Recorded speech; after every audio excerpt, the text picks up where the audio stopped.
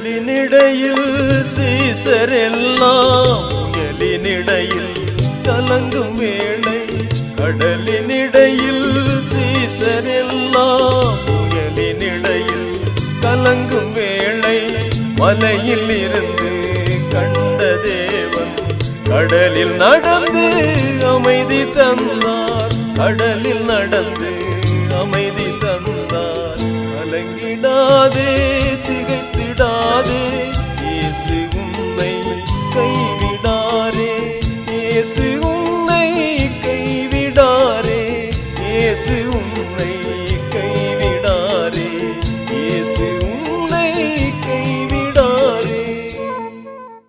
கர்த்தருக்குள் அன்பானவர்களே, அனுதினமும் கிறிஸ்துவுடன் தியான வேளைக்கு உங்களை அன்புடன் அழைக்கிறோம். இன்றைய தியானத்திற்கான வேத வாசிப்பு என்னாகமம் 27ஆம் அதிகாரம் வசனங்கள் 12 முதல் 20 வரை. தியானத்திற்கான தலைப்பு பொறுப்பை பொறுப்பாய் ஒப்படைத்தல். சபைக்கு முன்பாக போக்கும் வரத்துமாய் இருக்கும் படிக்கும் கர்த்தர் ஒரு புருஷனை அவர்கள் மேல் அதிகாரியாக ஏற்படுத்த வேண்டும் என்றார். என்னாகமம் 27:17.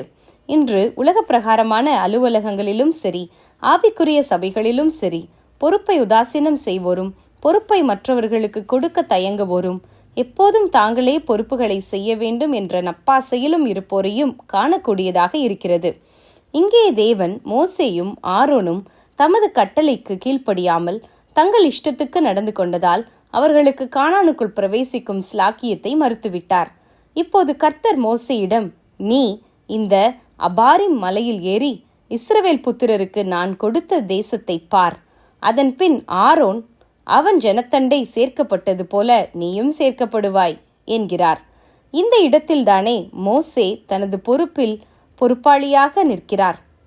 தனக்கு கானானுக்குள் பிரவேசிப்பதை தேவன் மறுத்துவிட்டார் என்றோ, அல்லது அதற்குள் பிரவேசிக்காமல் இங்கிருந்து பார்க்க வேண்டியதாயிற்றே என்றோ, அல்லது தான் மரிக்கப் போகிறேன் என்றோ அவர் கவலைப்படவில்லை.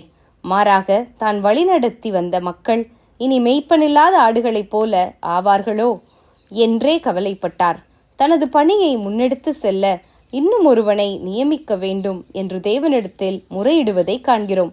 இந்த இடத்திலும் மோசே தனக்காக கவலைப்படாமல் இஸ்ரவேல் ஜனங்களுக்காகவே கவலைப்படுவதை காண்கிறோம். இது ஒரு நல்ல தலைவனுக்கான குணாதிசயம். தனது தலைமைத்துவம் முடிந்தாலும் ஜனங்கள் தொடர்ந்தும் இன்னும் ஒரு தலைவனால் சரிவர நடத்தப்பட வேண்டும் என்று முழு மனதோடு வேண்டி நிற்கும் தன்மை மதிக்கத்தக்கது. இன்று நாம் காணும் தலைவர்களில் பலர் தனக்கு பின் இன்னும் ஒருவன் தன்னை விட அதிகமாய் செய்து விடுவானோ என்ற பயத்தில் தங்கள் பொறுப்புகளையும் சரிவர மற்றவரிடம் ஒப்படைக்க தயங்குவதுண்டு.